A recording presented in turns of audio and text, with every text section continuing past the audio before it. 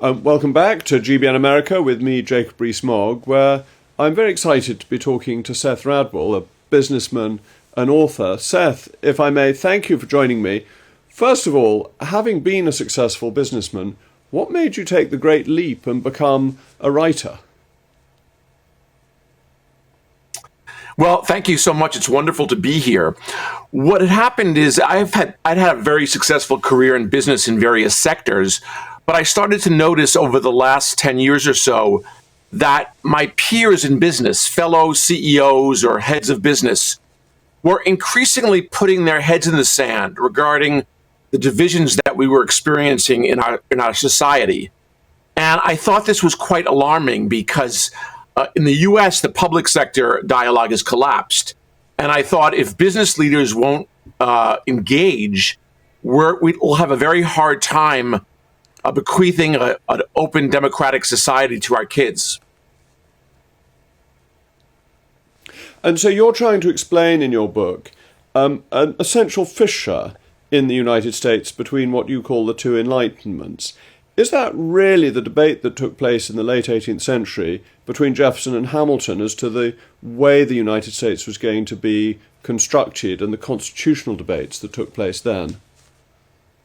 Absolutely. In fact, what the book maintains is that the divisions that we see in society today are actually derivative of an original American schism that happened precisely in the period you mentioned, in the 18th century, between what became the Federalists and the Democratic Republicans. There was a huge split, a difference in how they viewed what this new experiment in self-government should look like. And that division, that original schism, has existed throughout our history. It's transformed and it's changed, but it's very much alive today. And we need to understand it if we hope to emerge from our current divisions. And I think this is fascinating because looking at it from outside, it seems to me that the basis of Hamilton's position was that the British Constitution had mistakes in it which could be perfected and could be improved, and that the Jeffersonian position was that the French Revolution was a marvellous releasing of power, and that, if it could be controlled, would lead to the best form of polity.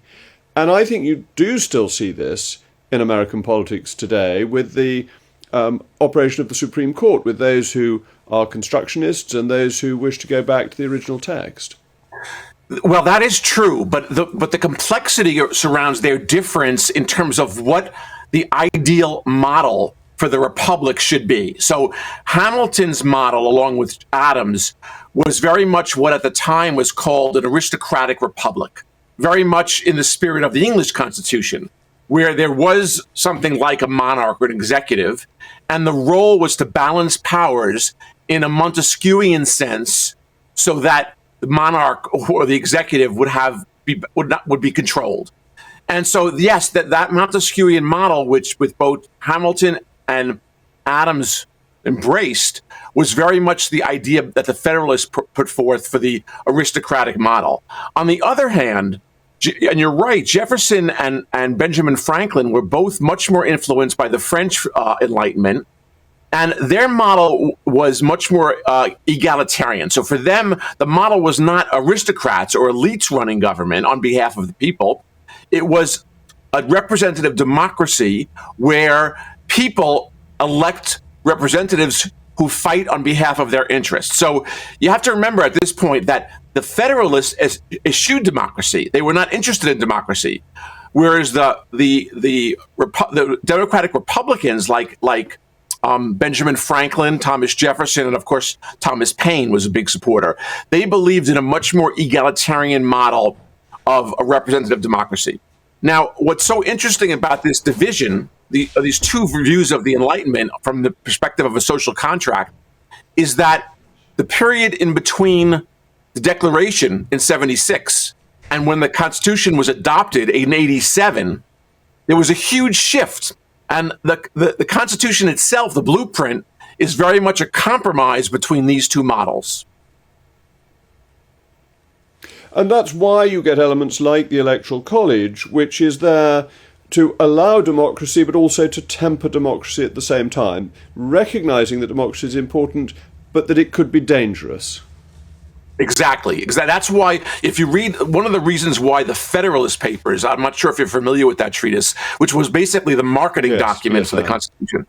The reason why that's so vital is because in the Federalist Papers, Madison and Hamilton, especially, for example, in Federalist 10, they tried to debate how and show how the Constitution model has elements of both models. It has controls by an elite educated populace like the Senate and the Electoral College, but it also has a chamber of representatives which is democratic. And so it's a balanced model, and that's what the Federalist Papers argues for. And that, of course, is what you've got, and therefore these issues still exist today, that people debate the Electoral College. But where do you see these fissures being most important in today's politics? Great question. Well, so first of all, those impulses that we just discussed show up today in terms of what I would call the fissure between the elite establishment and the populist movements that are gaining steam over the last 10 years. So that's, but in one way to look at it is that, the elites in the US, and to some degree this is true, I think, in the UK and in Europe, we've embraced a model which in the US we call globalization, this neoliberalistic model of free trade, open markets, etc. Now, that's what elites from both parties, Democrats and Republicans, have implemented for 40 years now.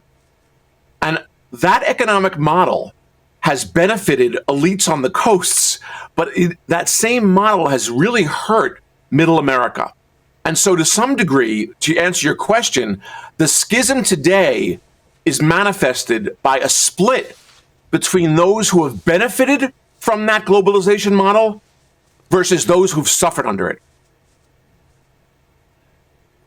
Yes, and so how does that evolve from here? Because it's such a strong split between those on the coast who have done very well and you call them the flyover states, because the leaders, the elite, never go to these states. They just fly over them going from the East Coast over to California, have felt very left behind. And they've had Donald Trump very much as their champion.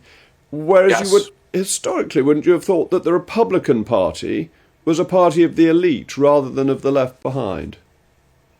Correct. Donald Trump has successfully co-opted the entire Republican Party in the space of 8 years. There's no question that the working class, going back to the days of unions, was very typically Democratic. But that has changed in the past 8 years. Now, let me just remind you of one thing.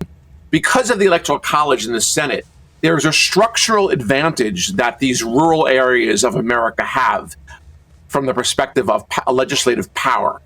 So you have to remember that. But I think what's most important is that the elites in the country, people from New York and the West Coast, et cetera, they've failed to appreciate the degree to which middle America has struggled. So it's the depth of pain is very severe. I'll use an analogy.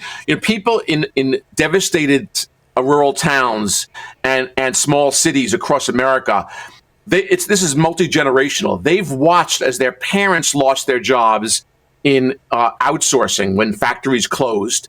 And now their entire towns and localities have been destroyed. There's opioid crises. There's very high degrees of poverty and homelessness.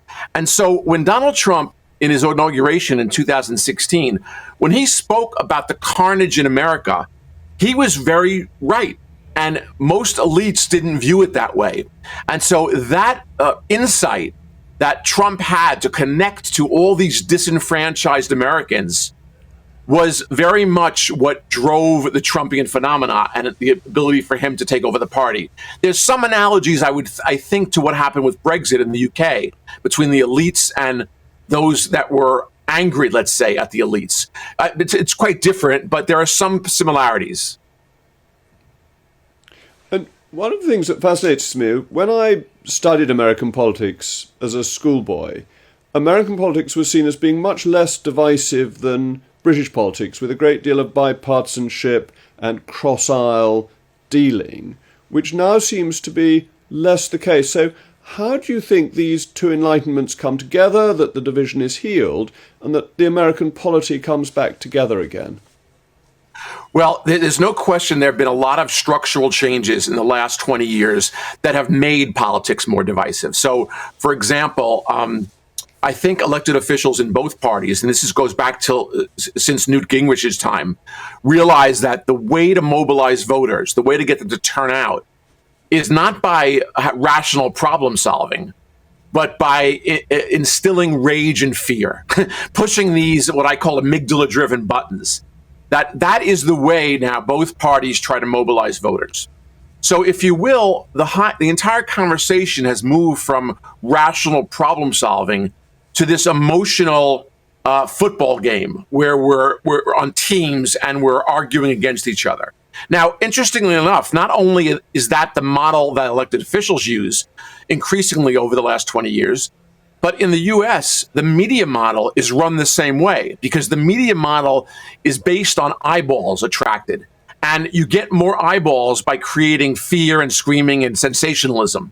So what's happened in essence in the US that causes what you're talking about over the last 20 years is that the extremes on both sides, extreme left and extreme right, have an outweighed influence.